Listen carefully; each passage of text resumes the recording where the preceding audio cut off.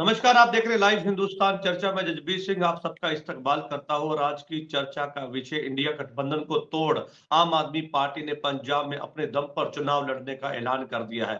लंबे समय के सस्पेंस के बाद और इंडिया गठबंधन से बाहर आकर इसको तोड़कर जो है कांग्रेस और आम आदमी पार्टी ने अलग अलग चुनाव लड़ने का फैसला लिया, जबकि केंद्र में जो है इंडिया गठबंधन के तहत ही जो है आम आदमी पार्टी और कांग्रेस जो है वो चुनाव लड़ेंगे। लेकिन पंजाब में एक अलग तस्वीर जो है वो सामने आई। लगातार इस बात को लेकर सस्पेंस था क्या इंडिया में, और जिस तरह से पंजाब में और इंडिया गठबंधन के तहत आम आदमी पार्टी और कांग्रेस का चुनाव लड़ेगी, लेकिन आपसी कहीं ना कहीं मतभेद या फिर ये कह सकते हैं कि जिस तरह से लगातार कांग्रेस पार्टी के कई नेता इस बात को लेकर बयान जारी करते आ रहे हैं कि हम अपने दम पर 13 सीटों पर चुनाव लड़ेंगे, तो ऐसे में अब आम आदमी पार्टी ने भी ऐलान कर दिया है। पंजाब के सीएम सरदार भगवंत सिंह मान ने इसका ऐलान किया है कि 13 की 13 सीटों पर जो है वो आम आदमी पार्टी अपने दम पर चुनाव लड़ेगी। हालांकि जिस तरह से ये कहा जा रहा था कि इंडिया गठबंधन जो है वो बहुत मजबूती के साथ जो है चुनाव लड़ेगा, विपक्ष के द्वारा ये तैयार किया गया जो इंडिया गठबंधन था जिसमें 28 पार्टियों का लाइंस था, लेकिन ऐसे में पंजाब में एक अलग तस्वीर जो है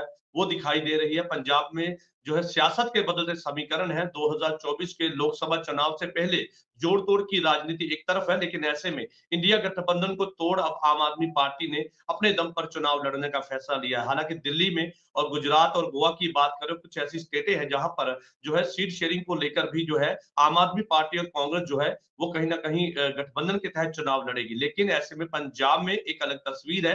पंजाब में ये कह सकते हैं कि क्या बगावती सुर है या फिर किसी तरह से ये सोच समझ के इस तरह का फैसला लिया गया है, क्योंकि ये कहा जा रहा था कि कांग्रेस पार्टी के जो प्रधान है पंजाब के राजा वड़िंग, वो जन लगातार ये कहते नजर आए कि हम अपने दम पर चुनाव लड़ेंगे। पार्टी हाईकमान के द्वारा अभी तक कुछ भी उन्हें आदेश जारी नहीं किया गया और 13 सीटों पर जो है चुनाव लड़ने के लिए वो जो है तैयारी कर रहे हैं। लेकिन ऐसे में आम आदमी पार्टी भी इस बात को लेकर थी कि अगर पार्टी हाईकमान कहेगी तो हम गठबंधन की तरफ सोच सकते हैं। लेकिन ऐसे में अब जो बड़ा ऐलान हुआ है जिसके तहत अब जो है आम आदमी पार्टी ने भी ये तय कर दिया है कि पंजाब में 13 सीटों पर जो है वो आम आदमी पार्टी अपने दम पर चुनाव लड़ेगी। आखिरकार इसके क्या आने वाले समय में जो चुनाव होने हैं उसमें क्या समीकरण रहने वाले हैं, तो तमाम मुद्दे को लेकर विशेष चर्चा है। इस चर्चा में हमारे साथ में विशेष पैनल हमारे साथ है। इस पैनल में हमारे साथ में आम आदमी पार्टी से हमारे साथ में जसतेज सिंह अरोड़ा हमारे साथ है, भारतीय जनता पार्टी से मैडम पूनम मानिक जी हमारे साथ है और वरिष्ठ पत्रकार नवीन कुमार हमारे साथ है। आप सभी मेहमानों का इस चर्चा में स्वागत है। चर्चा की शुरुआत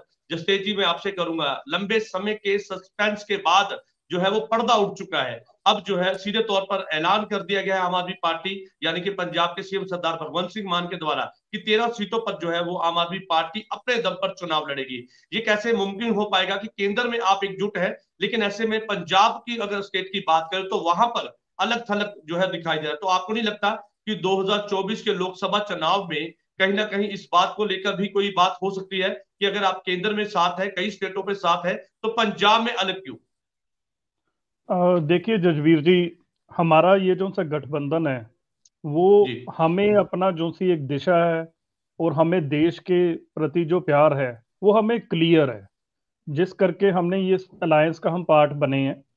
आज भी हम अलायंस का पार्ट है, आम आदमी पार्टी उस अलायंस का पार्ट है। इनफैक्ट जोन सा इंडिया गठबंधन है उसकी बात सबसे पहले शुरू ही तीन नेताओं ने की थी, अरविंद केजरीवाल, नीतीश कुमार और ममता बनर्जी। और कांग्रेस तो बहुत बाद में एक्टिव हुई है, पर ठीक है। कांग्रेस जो सी है बहुत पुरानी पार्टी है और आम आदमी पार्टी भी एक नेशनल पार्टी है। तो आज की डेट के अंदर लीजिए कि आम आदमी पार्टी का अलायंस इंडिया में है, बकायदा बरकरार है। पर जहां तक पंजाब की यूनिट का सवाल है, हमने शुरू से ही अपने जो से विचार हैं, अपने जो से नेशनल कन्वेनर हैं उनके सामने और कमेटी के सामने शुरू से रखते आए हैं। बस फर्क इतना है कि हमारी शब्दावली कभी भी ऐसी नहीं रही कि इंडिया अलायंस को किसी तरीके से कोई नुकसान पहुंचे। हमने कभी ऐसी शब्दावली नहीं इस्तेमाल की। और जो सी पंजाब कांग्रेस है वो आप देखिए कि भी हर जगह आके एक एक गलत प्रचार करती रही कि ये हो जाएगा वो हो जाएगा। हम मतलब किसी ना किसी तरीके से लोगों में हम एक पॉजिटिव मैसेज देना चाहते हैं और दिया भी है कि आज अगर हमें संघीय ढांचे को बचाना है, आज अगर हमें डेमोक्रेसी जमहूरियत को बचाना है, तो आज हमें एक अच्छी जो सी है पॉलिटिक्स, एक अलायंस करने की जरूरत है। और वो हम मैसेज देने में बहुत जगह कामयाब भी हुए हैं। पर कहीं ना कहीं जो सी कांग्रेस की जो सी सूबे की इकाइयां हैं, चाहे हम पंजाब में ले लें, चाहे हम मध्य प्रदेश में ले लें, या हम छत्तीसगढ़ या राजस्थान में ले लें। देखिए, जब शुरू शुरू में इंडिया अलायंस की एक दो मीटिंग्स हुई थी तो बहुत अच्छा मोमेंटम मिला था, पूरे देश में उसकी गूंज गई थी। पर कहीं ना जब तीन इलेक्शंस आई सूबे की, जो सी पीछे चार इलेक्शंस हुई थी स्टेट की, उसके अंदर जी। अब जो सी कांग्रेस की जो सी लोकल कमांड थी, उन्होंने वहां पर भी अलायंस के खिलाफ बोला। तो हुआ क्या, सारे अलग अलग लड़े, कांग्रेस भी नहीं जीत सकी, हम जीतने के लिए गए नहीं थे। हम नेशनल पार्टी है, हमारा हक बनता है हर जगह जाके अपनी पार्टी का जो सिद्धांत है उसकी बात करने का। तो हमें भी वोटें नहीं मिली, और कम भी मिली होंगी इतनी, हमें पहले जिससे मैसेज कि देना एक है। बात जानना चाहूंगा, जिससे कि आपने जैसे बताया कि इंडिया गठबंधन बनाया इसलिए गया था ताकि भारतीय जनता पार्टी को चुनौती दे सके या उनको हरा सके, लेकिन ऐसे में अब आप कहते हैं कि इंडिया गठबंधन हम उसका पार्ट हैं, लेकिन पंजाब में हम उनका साथ नहीं देंगे। ये एक बात हो गई। लेकिन ऐसे में जो आप ममता बनर्जी की आपने बात की, उन्होंने भी नो कर दिया है कि हम किसी भी तरह से सीट शेयरिंग नहीं करेंगे, यानी कि सीधे तौर पर उनका भी जो है इनकार कर दिया। पंजाब में आपने इनकार कर दिया। तो आप कहते हैं कि इंडिया गठबंधन इसलिए बनाया गया था ताकि आप जो है वो बीजेपी को चुनौती दे पाए, लेकिन अगर इस तरह से अलग थलग रहेंगे तो फिर चुनौती कैसे हो पाई और गठबंधन का मतलब क्या हुआ? देखिए, मैं उसी पे आ रहा हूं कि देश का हित सबसे पहले आता है। कोई गठबंधन जो सा है देश से बढ़कर नहीं है।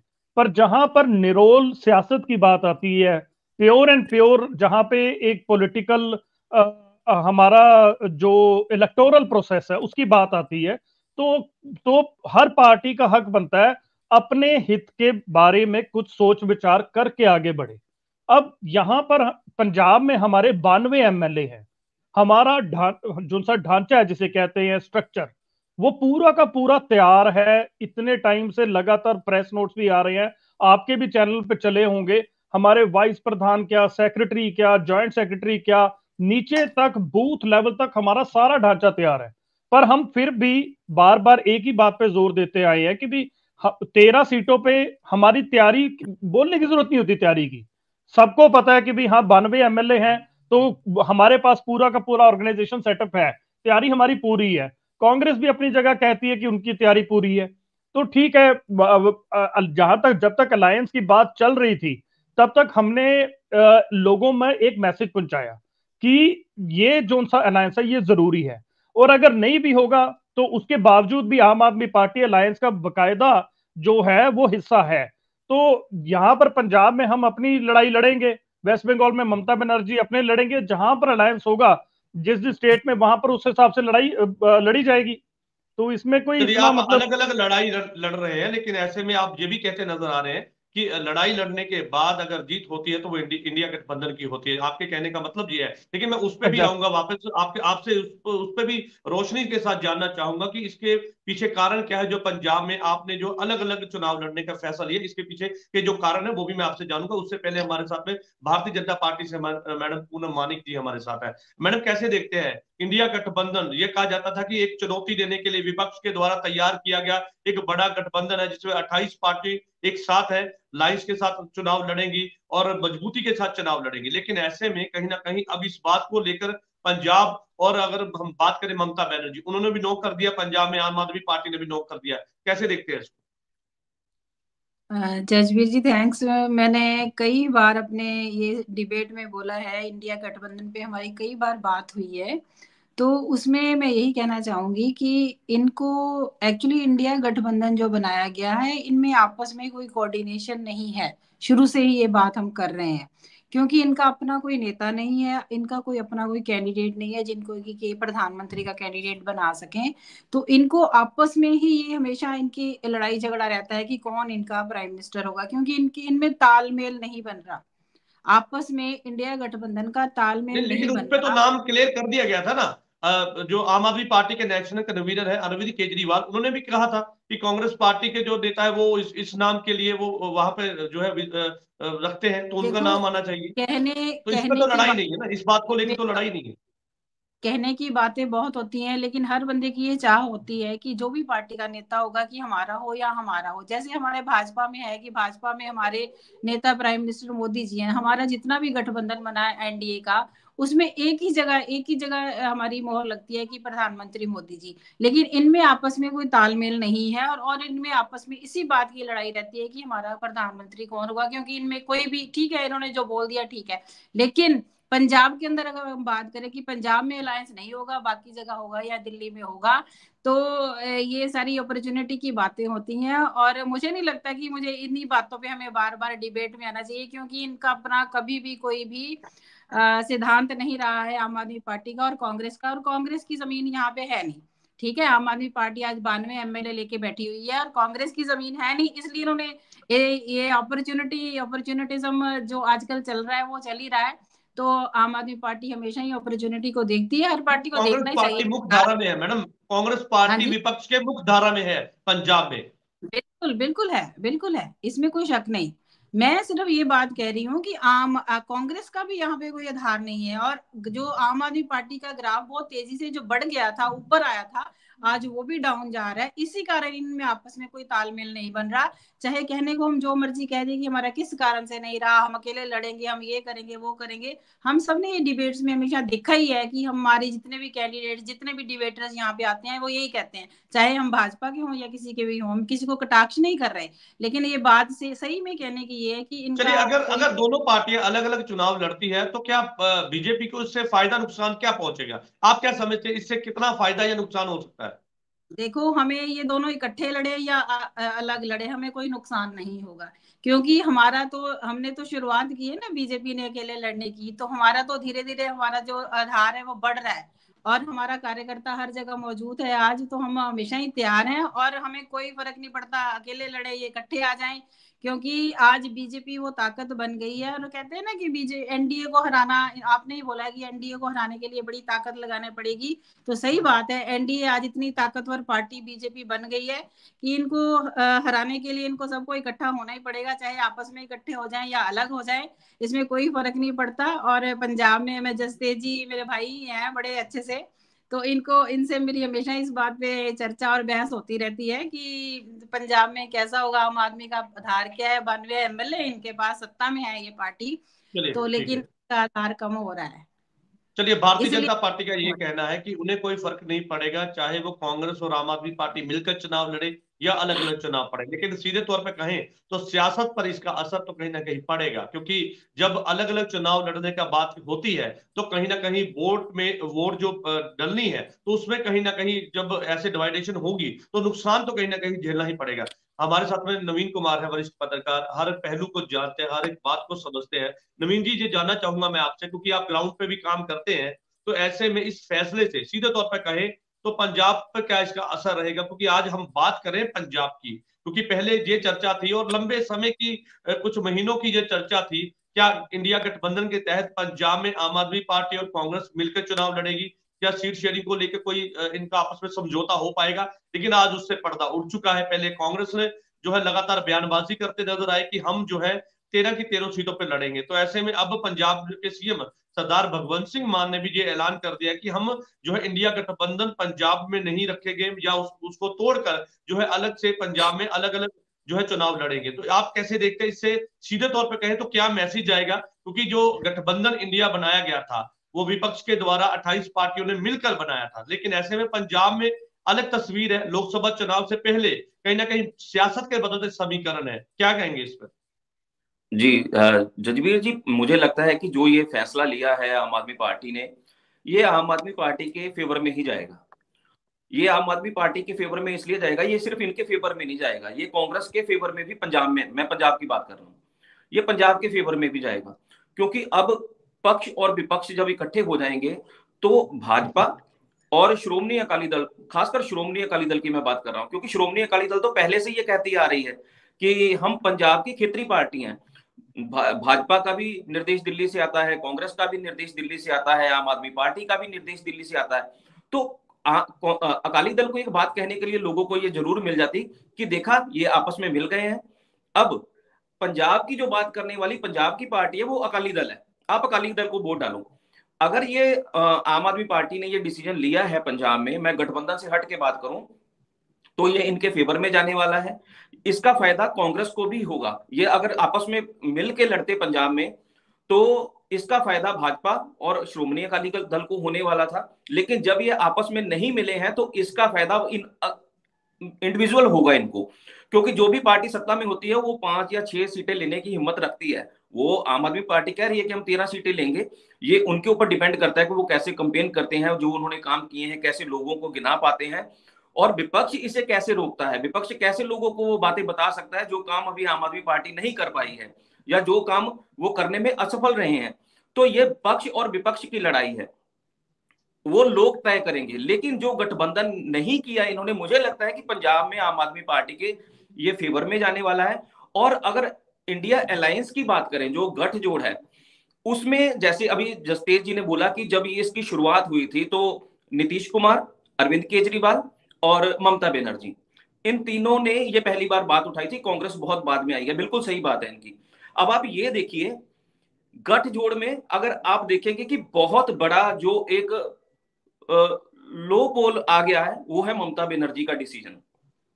ममता बनर्जी का डिसीजन आना, उसे आप ये मान के चलिए, मैं अगर आंकड़ों की बात करूं तो जम्मू कश्मीर की 6 सीटें हैं जी लोकसभा में, हिमाचल की 4 हैं, 10 हो गई, 13 है पंजाब की, 23 हो गई, 1 हो गई चंडीगढ़ की, 24 हो गई, 7 है दिल्ली की, 31 हो गई, और 10 है हरियाणा की, 41 हो गई। ये 6 उत्तर भारत के ये 6 राज्य हैं जिनकी 41 सीटें बनती हैं मिला के।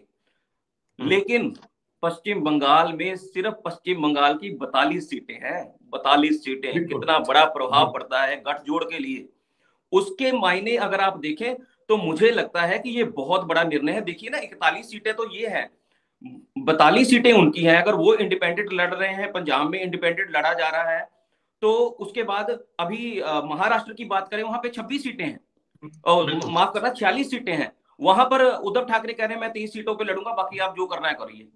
उसके बाद बिहार में क्या होता है, झारखंड में क्या होता है, वो देखना होगा।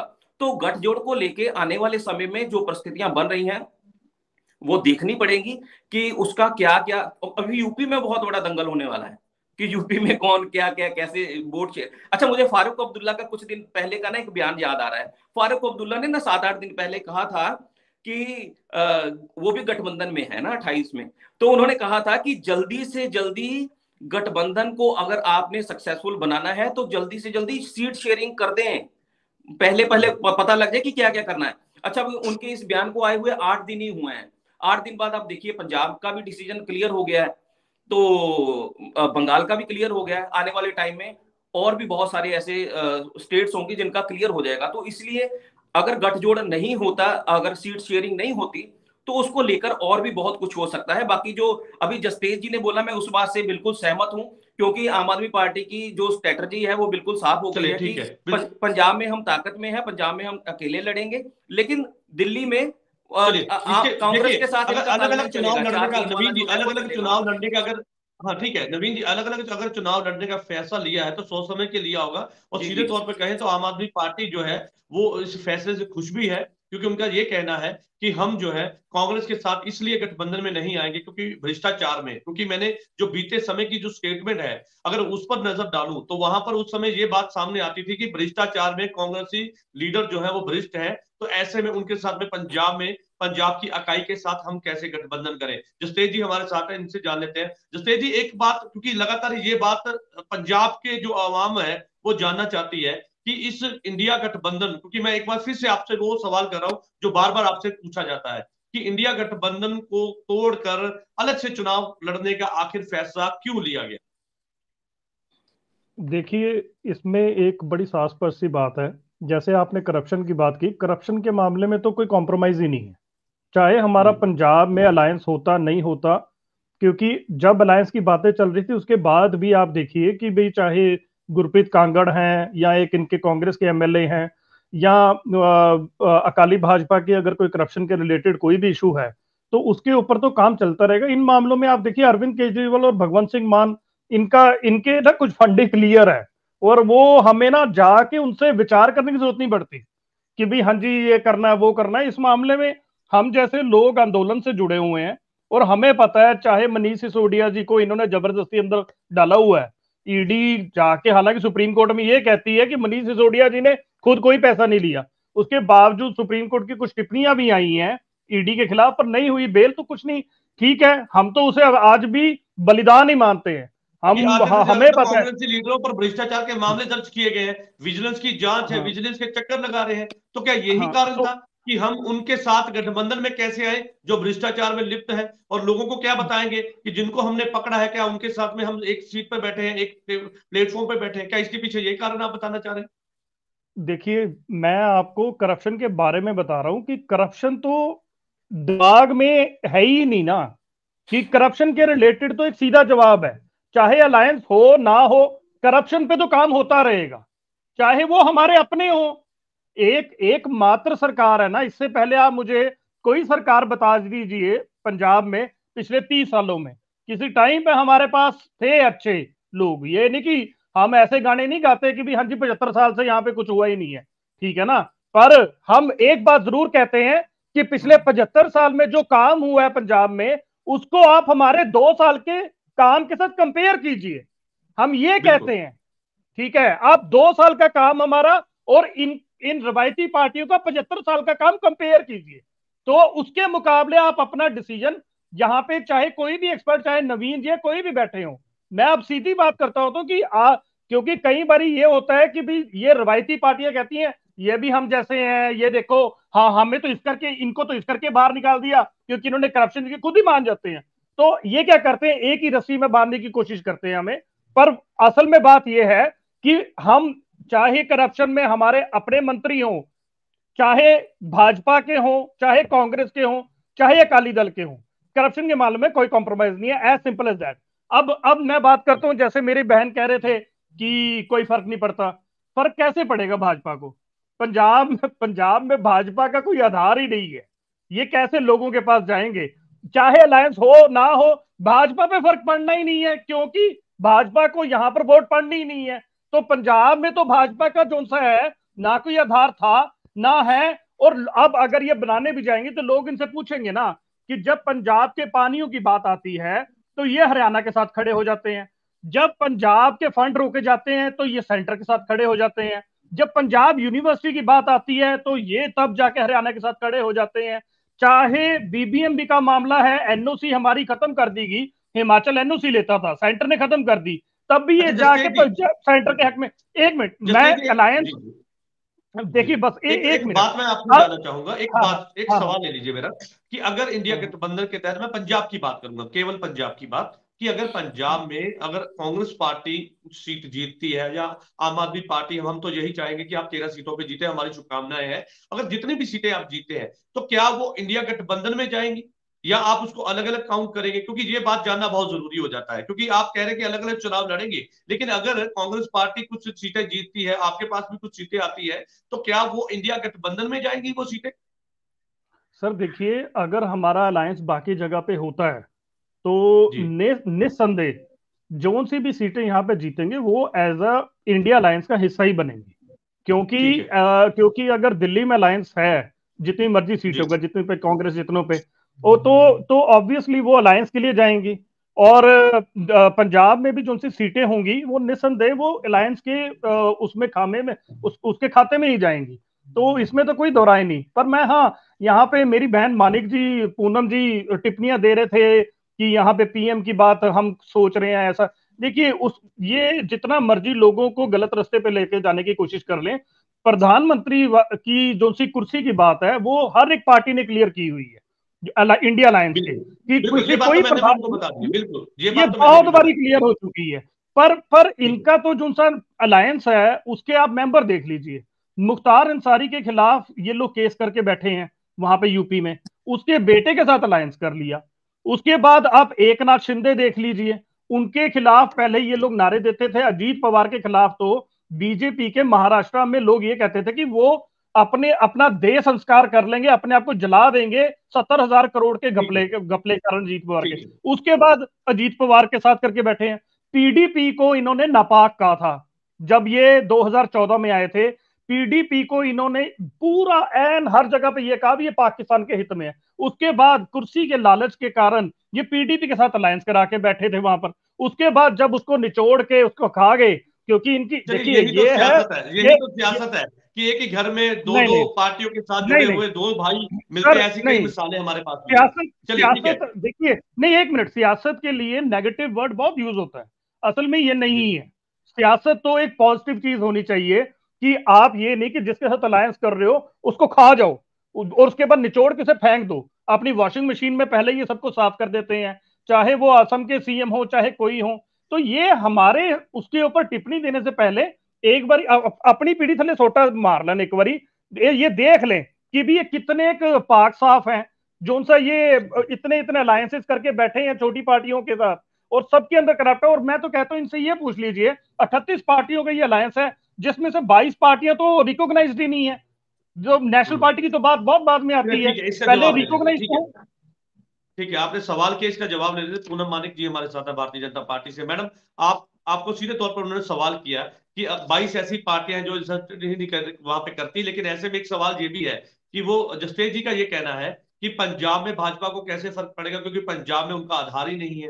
पंजाब में जो है, क्योंकि बात ग्रामीण इलाके में करें, किसानी की बात करें, तो ग्रामीण इलाकों में किसान जो है वो पहले से आपसे खफा है, चाहे वो किसी भी बात को लेकर हो। लेकिन ऐसे वो कहते हैं कि आधार नहीं है तो आपको फर्क कैसे पड़ेगा। और दूसरा उनका ये कहना है कि अगर कांग्रेस और आम आदमी पार्टी अलग अलग चुनाव भी लड़ती है, जीतती है, सीटें जीतती है, तो वो इंडिया गठबंधन में ही जाएंगी, तो सीधे तौर पर असर तो आपको ही पड़ेगा ना उसका।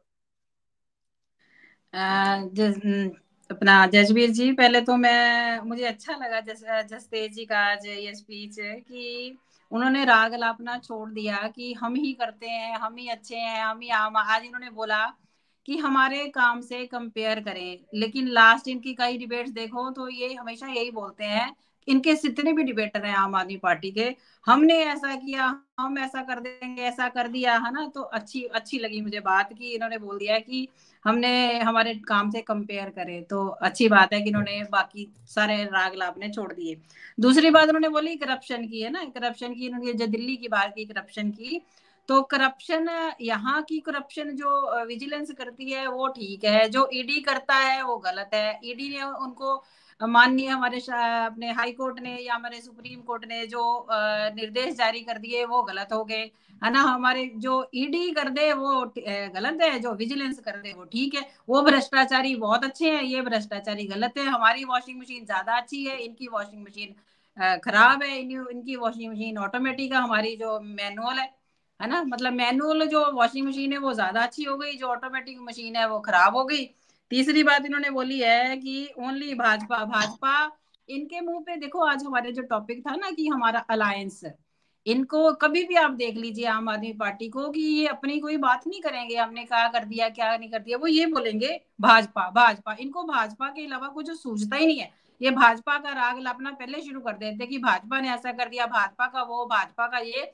आप ये तो बोलो ना, पंजाब में हम क्या कर रहे हैं, हम क्या करेंगे, हम क्या विकास के कार्य कर रहे हैं। इनका सिर्फ, इनको एक ही बात आती है, कभी भी किसी भी चैनल पे डिबेट पे आप देख लीजिए, इनके मुंह पे एक ही बात आती है। इनका स्टार्ट जो शब्द होता है ना, इनका भाजपा ही होता है। भाजपा से इनको इतना डर लगता है कि भाजपा आज पंजाब में अपनी पकड़ बना रही है। ये हम लोग, ये तो आने वाला समय बताएगा ना कि 13 सीटों पे कौन जीतता है कौन नहीं जीतता है। हम भी कहते हैं हम 13 सीटें जीतेंगे, ये भी कहते हैं हम 13 सीटें जीतेंगे। हर जगह हर दावा तो पार्टी कोई भी पार्टी करती है ना, दावा तो हर हर बार चुनाव जब होते हैं हर तो पार्टी, हर एक उनका पार्टी दावा अधिकार है, करती है। हर पार्टी का बिल्कुल। अधिकार है। अगर ये कहें कि इनकी कोई आधार नहीं है, तो मैं तो कहती इनका आधार खोता जा रहा है, इनका अपना आधार रहा ही नहीं है। आज हम लोग गांव में जा रहे हैं, ये तो डिबेट पे बैठते हैं ना, मैं खुद गांव में जाती हूँ रोज, तो मुझे लोग, हमारे लोग तो हमें आप ये फोन करते मानते हैं, हैं, लोग हमें ठीक है, बुला। मैडम पूनम मानिक जी, क्या आप ये मानते हैं, क्योंकि पहले तो भाजपा यही नहीं कहती थी कि आम आदमी पार्टी का पंजाब में आधार है, लेकिन 92 सीटें वो जीत के आई है। लेकिन आप ये मानते हैं कि अब आपने बताया कि उनका आधार जाता जा रहा है, तो आप मानते हैं कि आधार था उनका? नहीं, उनका आधार नहीं था, लेकिन उनको जो वोट पड़ी है ना, वो बदलाव के नाम पे वोट पड़ी है। उनको जो दूसरी पार्टियों से लोग नाराज थे, इस वजह से उनको जी। वोट पड़ी है। उनका कोई आधार नहीं था। उनको, उनके तो ओके। यहाँ तक कि उनके वो भी नहीं लगे हुए। इस बात को मैं कहती हूँ, इस बात को कहने में मुझे कोई हर्ज नहीं है।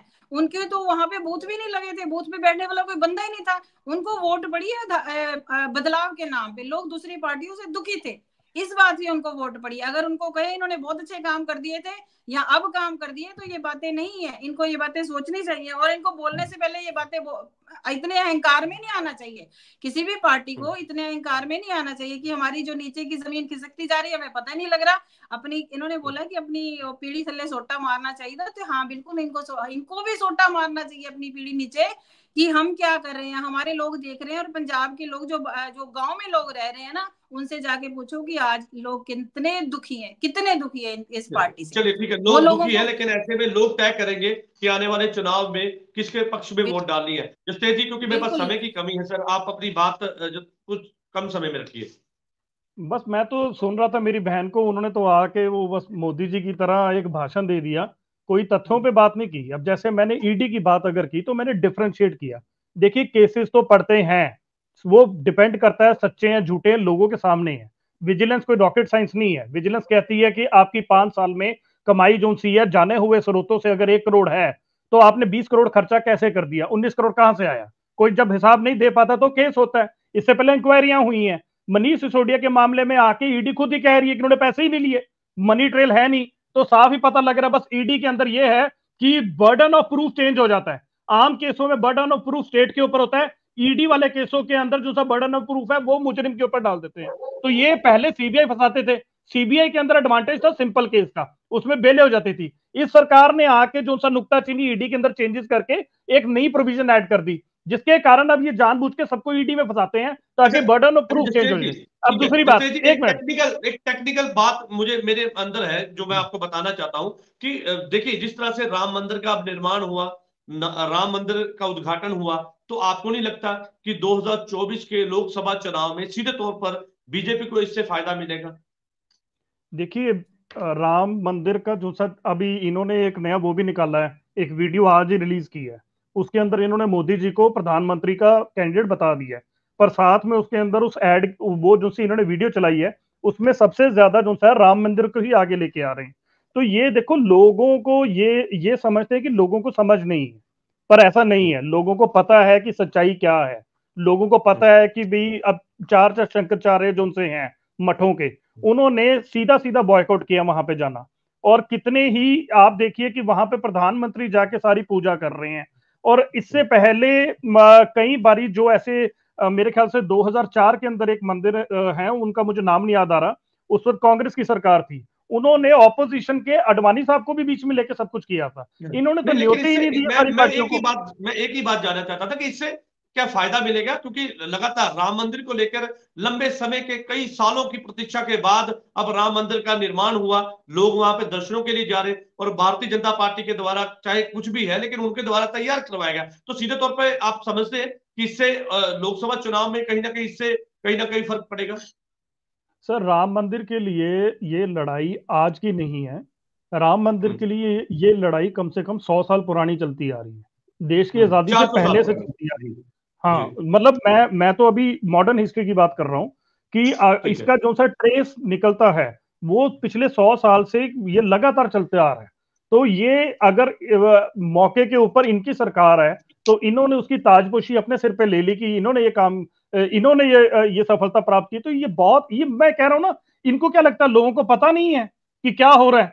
वो ठीक है, इनका जो सा वहां पे स्ट्रक्चर है, सरकार इनकी है, सेंटर में इनकी है, तो ये लोग वहां पे भी इकट्ठे कर लेते हैं ये कह के। बट लोग वहां पर अपनी आस्था से आए हैं, इनको ऐसा लगता है कि इनके लिए इनके कहने पे आए, ऐसा नहीं है।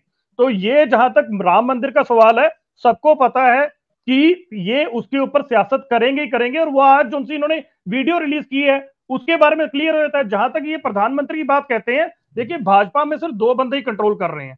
नड्डा साहब की एक वीडियो पीछे 2-3 साल पहले जो सी है वो लीक हुई, उसके अंदर नड्डा साहब जो से हैं वो जा रहे थे प्रधानमंत्री मोदी जी और अमित शाह जी के साथ ऐसे वेव करने, तो अमित शाह जी ने उनका हाथ खींच के पीछे कर दिया था, तो उनको आगे भी नहीं जाने दिया। तो ये बात पता है। और तीसरी बात, मैं धन्यवाद हूं मेरी बहन का, ये मानते हैं कि इन्होंने कुछ नहीं किया, ये आज ये सरेआम टीवी पे मान गए, तभी इनको लोगों ने वोट नहीं डाली। और दूसरी बात ये 75 साल का मुझे कह रहे हैं मोदी जी को, मोदी जी को 75 साल का नहीं, मोदी जी को आपकी बात आ गई मैडम, पूरा मानिक लीजिए, इसका जवाब ले लेते हैं। मैडम क्या कहेंगे? कई सवाल खड़े किए। मुझे जसतेज जी की बात पे लग रहा है, जसतेज जी भाई मेरे, हम तो कभी सत्ता में आएगी नहीं, हम कहाँ से क्या करेंगे? हम तो कभी पंजाब में सत्ता में आए नहीं, तो हम क्या करेंगे ये बताओ? बता आप दो कह रहे इनको। किया नहीं, मतलब नहीं, हम अकाली आप इस गठबंधन के बात साथ आप भी को सत्ता में बात थे, और आपके ही जो भाजपा के कई कैबिनेट मिनिस्टर रह चुके हैं, मैं नाम नहीं गिनाऊंगा, लेकिन आपको अच्छी मैं तरह तो पता है, अब आप की सत्ता बात में रहे करेंगे हैं कि अब हम सत्ता में जी। आएंगे, अब हम सत्ता, और राम अब मंदिर हम की आप सत्ता। बात कर रहे हैं, तो राम मंदिर के लिए तो कांग्रेस भी थी बहुत सालों से, वो बना देते राम मंदिर। आप ये क्यों कह रहे हैं कि हम इस वक्त सत्ता में, तो हम क्रेडिट ले रहे हैं? हम कोई क्रेडिट नहीं, लोग वहां आते हैं अपनी आस्था से आते हैं, और लोगों को पता है कि क्या पीछे चल रहा है। अगर सरकारों ने बनाना होता तो पहले ना बन जाता, नेहरू जी के समय ना बन जाता, तब क्यों नहीं बना था ये मंदिर, अब क्यों बन गया? अब ऐसी क्या चीजें हो गई जो मोदी जी ने इसको ठीक कर दिया? लोगों को पता है कि ये मोदी जी ने किया है, और लोग भगवान के नाम से जुड़े हुए हैं, और हम इसका कोई क्रेडिट नहीं ले रहे। हाँ, भगवान के नाम से लोग अपने आप समझना शुरू हो गए हैं कि ये किसने किया है, कौन कर रहा है। और आपने कितने लोगों को देखा, कोई कितने कितने 30-30 सालों से लोग मौन व्रत पे बैठे, हमारी बहनें, जो हमारी माताएं, खाना नहीं खाया है। मतलब लोगों की इस तरह से आस्था जुड़ी हुई है, तो उस आस्था को जो पूरा जो करता है, तो उसके लिए पूजनीय हो जाता है। तो मैं कहती हूँ कि हमारे लिए तो मोदी जी पूजनीय है। अगर मैं अपनी पॉलिटिक्स को छोड़ भी दूं साइड पे, मैं एक आम नागरिक के होने नाते बोलूं, तो मैं भी ये भी बोलूंगी कि मोदी जी हमारे लिए पूजनीय है, जिन्होंने हमारे लिए इतना बड़ा काम कर दिया। अगर आप हिंदुओं की आस्था, हिंदू छोड़ो, आप सिखों की भी आस्था की बात करो, तो सिख भी इसमें इस तरह से जुड़े, आपने देखे होंगे वीडियोस की सिख किस तरह से आगे आ रहे हैं। तो ये बातें बिल्कुल गलत है। अगर आप आस्था की बात को ऐसे नकारते हैं ना कि आस्था आस्था, ठीक है, आस्था से ही लोग जाते हैं, राजनीति से नहीं जाते। आज राम मंदिर बना तो आस्था से बना, लोगों की दुआओं से बना, लोगों के शहीदियों से बना, लोगों ने इतनी बलिदानियां दी है वहां पे जाके। तो इसलिए अगर आप राम मंदिर को इस राजनीति में लाते हो, तो आप बहुत ज्यादा गलती करते हो। और लोग गलतियां देखते हैं, दूसरी सरकारों की गलतियां देखते हैं कि जो सरकारें हैं वो किस तरह से ऑपरेशनिज्म का काम करती हैं। बस मैं और 1 मिनट आप, लूंगा, 1 मिनट जी, लेता चलिए हूँ। आप ठीक। मुझे एक बात बताइए बहन, आप खुद कह रहे हैं कि 30-30 साल से मौन व्रत रखा लोगों ने, और एक तरफ से फिर आप कहते हो कि भी आपने राम मंदिर जो सा है वहां पर आपने खुलवाया है। ठीक है, अब आप मुझे एक बात बताइए, इससे पहले 99 से लेके 2004 तक भी तो आपके शासन था, तब भी नहीं खुला। उसके बाद 2014 से लेके 19 तक भी था, तब भी नहीं हुआ। ये समय के कारण, लोगों की कुर्बानियों के कारण है, इसका क्रेडिट लेना छोड़ दीजिए। 1 मिनट। मैं अब दूसरी बात, आप कहते हो कि आप कहा है आप लोगों लोगों की को आस्था मत से अपने बना साथ लीजिए है, लोगों कि की लोग बलिदानियों से लोग बना है। उनकी आप पूजा इस करते बात हैं, को घुमा ऐसा रहे कुछ हैं, नहीं है। जो से आप इस भक्तों को बात को छोड़ के घुमा रहे हैं, देखिए, लोगों की बलिदानियों से जो से बना है, भाजपा में कुछ लोगों की भक्त हैं, आस्था से उनको बना छोड़ के है, और कोई लोग ऐसे अपनी पूजा आस्था नहीं से करता। जाते हैं। कोई पॉलिटिक्स चलिए लेना ठीक है, है, और ठीक ठीक है, है, दूसरी मैं बात, आप और दोनों की दूसरी बात है, बात, आम ठीक है, नागरिक के दूसरी ठीक है, आप बात, दोनों की बात है। दूसरी बात, नवीन जी का मैं रुख एक करूंगा, आम क्योंकि नहीं मेरे नागरिक के नहीं, पास नाते, समय की दूसरी कमी है। बात, अंतिम में हिंदुस्टिक नवीन जी का नो, रुख हिंदुस्टिक करूंगा। आप नवीन जी, गलत कह रहे क्या हैं कहेंगे कि हिंदुस्टिक जसतेज बात यहाँ पर इस बात आप को हिंदुस्टिक लेकर लोगों थी की हिंदुस्टिक मत कि आस्था को पंजाब छोड़िए। में बेकार कर रहे हैं। देखो, आप 2024 ये के आस्था, लोकसभा चुनाव में, ये बिल्कुल, इसका लोगों क्योंकि को जिस तरह से दोनों पार्टियों ने लोगों अलग को आप डिवाइड ढंग करने से आस्था वाली चुनाव को फैसला राजनीति लिया मत है, नकारने कीजिए। 13 की 13 सीटों पे अपने कैंडिडेट पंजाब में उतारने की ऐसा बात काम की मत है। कीजिए। एक तरफ ये कहा जा रहा है कि पंजाब में मैंने नहीं जो है कहा, इंडिया मैंने नहीं गठबंधन जो कहा, है आपने अब आस्था टूट की चुका बात है। की है। दूसरी तरफ ये आप बात चल रही है कि आस्था अगर की बात, आपने सीटें अलग आस्था की अलग भी बात बात जीतते की है, हैं, कर रहे तो हैं। मेरे लेकिन वो इंडिया के खाते में जाएंगी, कैसे देखते हैं इसे? मैं आपका क्वेश्चन ही नहीं सुन पाया, बीच में आवाज आ रही थी जसतेज जी की और पूनम जी की, नहीं, तो एक मैं तरफ ठीक है इसको नवीन जी, समझ मैं नहीं अपना पाया। अपना अपना जो प्रेशर है मैं दोबारा से आपसे जो रिपीट कर जी देता जी हूँ कि एक तरफ जो है इंडिया गठबंधन को तोड़कर अलग अलग चुनाव लड़ने की बात की जा रही है, लेकिन दूसरी तरफ जैसे तेज जी ने बताया कि अगर अलग अलग चुनाव लड़कर भी हम सीटें जो जीतते हैं तो वो इंडिया के खाते पे जाएंगी। तो ऐसे में फिर ये गठबंधन टूटा कैसे? टूटा कैसे मैं बाद में बताता हूं। जो इन्होंने बात कही है कि मैंने शुरू में एक बात कही थी कि ये दोनों कांग्रेस और आम आदमी पार्टी के फेवर में जाएगा, पंजाब में इकट्ठे चुनाव नहीं लड़ना, अलग अलग लड़ना। तो मेरे कहने का उस समय यही मतलब था कि मान लो आम आदमी पार्टी को 7 सीटें मिल गई, कांग्रेस को 6 सीटें मिल गई, तो ये बाद में इकट्ठे हो जाएंगे। क्योंकि देखिए, अब अगर पहले ये गठबंधन हो जाता तो लोग डिवाइड हो जाते जो जिन्होंने वोटें डालनी है, ठीक है जी। लेकिन जब इनको सीटें मिल गई, मान लो एक को 6 मिल गई, एक को 7 मिल गई, उसके बाद कौन सा लोगों के पास जाना है? बैठ के अंदर कुर्सी पे बैठ के समझौता कर लिया, ठीक है। बाद में लोगों के पास थोड़ा जाना है, पहले लोगों के पास जाना है। तो उस समय क्या बोलेंगे? उसके लिए अलग अलग होना बेस्ट है। मैंने पहले ही कहा था ये बेस्ट है। बाद में पे बैठ के अंदर ही समझौता करना है तो उसकी उसकी कोई दिक्कत नहीं है। तो ये बाद में ऐसा ही होने वाला है, और इसके लिए मैं फिर से कह रहा हूं, दोनों पार्टियों को फायदा होने वाला है पंजाब में इस चीज का। अगर अब ये गठजोड़ कर लेते तो इसका फायदा भाजपा और अकाली दल को होना था, लेकिन इन्होंने अलग अलग कर लिया। तो इसका फायदा इनको होगा। बाद में कुर्सियों पे बैठ के अंदर क्या हो जाता है वो तो, अब दिल्ली में भी तो जब पहली बार केजरीवाल जी लड़े थे तो उसके बाद फिर कांग्रेस के साथ समझौता हुआ ही है ना, तो फिर भाजपा को हराने के लिए इकट्ठे हुए ही हैं। तो पंजाब में भी हो जाएगा बाद में, लेकिन बाद में जब लोगों के पास ना जाना पड़े, लोगों को जवाब ना देना पड़े, तब हो सकता है, लेकिन अब नहीं। तो बाकी आपने और क्या पूछा था? जिस तरह से इस गठबंधन को लेकर, क्योंकि ये कह दिया जा रहा है कि अब अलग अलग चुनाव लड़ने हैं, क्योंकि अगर कांग्रेस की बात करें तो वो मुख्य ऑपोजिशन की मुख्य धारा में है। तो ऐसे में अब तो बयानबाजी दोनों तरफों से लगातार एक दूसरे पर कटाक्ष जो है वो किए जा रहे हैं, लेकिन ऐसे में बाद में अगर सीट अगर जीतने के बाद एकजुट होते हैं तो सवाल तो पूछे जाएंगे ना, तो उसको लेकर फिर पार्टी, क्योंकि जिस तरह से बाद में ये कहा जा सकता है कि हम तो इंडिया गठबंधन में हमने बनाया इसलिए था कि हम मोदी जी को हराएं, भारतीय जनता पार्टी को हराए, लेकिन ऐसे में जब जी जी, वो तो ये तो नेचुरली बात है। फिर देखो जो गठबंधन बना है वो तो बीजेपी को रोकने के लिए बना है ना, तो उसके बाद यहाँ की 13 सीटें 6-1 हो जीते, 7-1 जीते, तो जब इकट्ठे हो जाते हैं तो उसमें मुझे लगता है कि किसी को किंतु परंतु की बात ही नहीं, क्योंकि गठबंधन तो बना ही गठबंधन इसीलिए है कि सारी सीटें कोई भी, मान लो कल को ममता बनर्जी जीतेंगे, वो जितनी मर्जी सीटें जीते वो भी तो गठबंधन में जाएंगी। चलिए ठीक है जसतेज जी, मेरे पास समय की कमी है, अपना रिएक्शन दीजिए जी। बस मैं ये बात बता रहा हूँ, हमारा मकसद कोई बीजेपी को हराना नहीं है। बीजेपी की जगह अगर कोई और पार्टी भी होती और वो संघीय ढांचे को ऐसे नुकसान पहुंचाती या जमहूरियत का गला दबाती तो हम उसके खिलाफ भी लड़ते। आम आदमी पार्टी के सिद्धांत बड़े क्लियर हैं। हमारी लड़ाई कोई मोदी जी या किसी नाम विशेष नाम के खिलाफ नहीं है, सीधी सी बात है। ये है जो से नेशनल इंटरेस्ट है, ये सूबाई मुद्दे और कौमी मुद्दों में जमीन आसमान का फर्क है।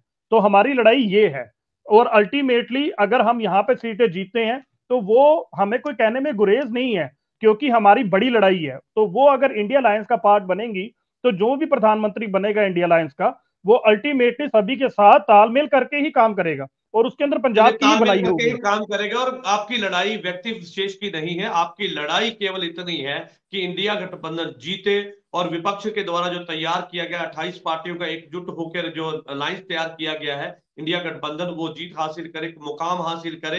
आपकी लड़ाई किसी व्यक्ति विशेष की नहीं है। चलिए इस बात से तो मैं भी इस पर कोई सवाल नहीं खड़े करूंगा, और मेरे पास समय की कमी है। आप सभी मेहमानों का इस चर्चा में जुड़ने के लिए धन्यवाद है। कल नई चर्चा में मैं आपके साथ फिर से जुड़ूंगा, तब तक के लिए दीजिए इजाजत। धन्यवाद।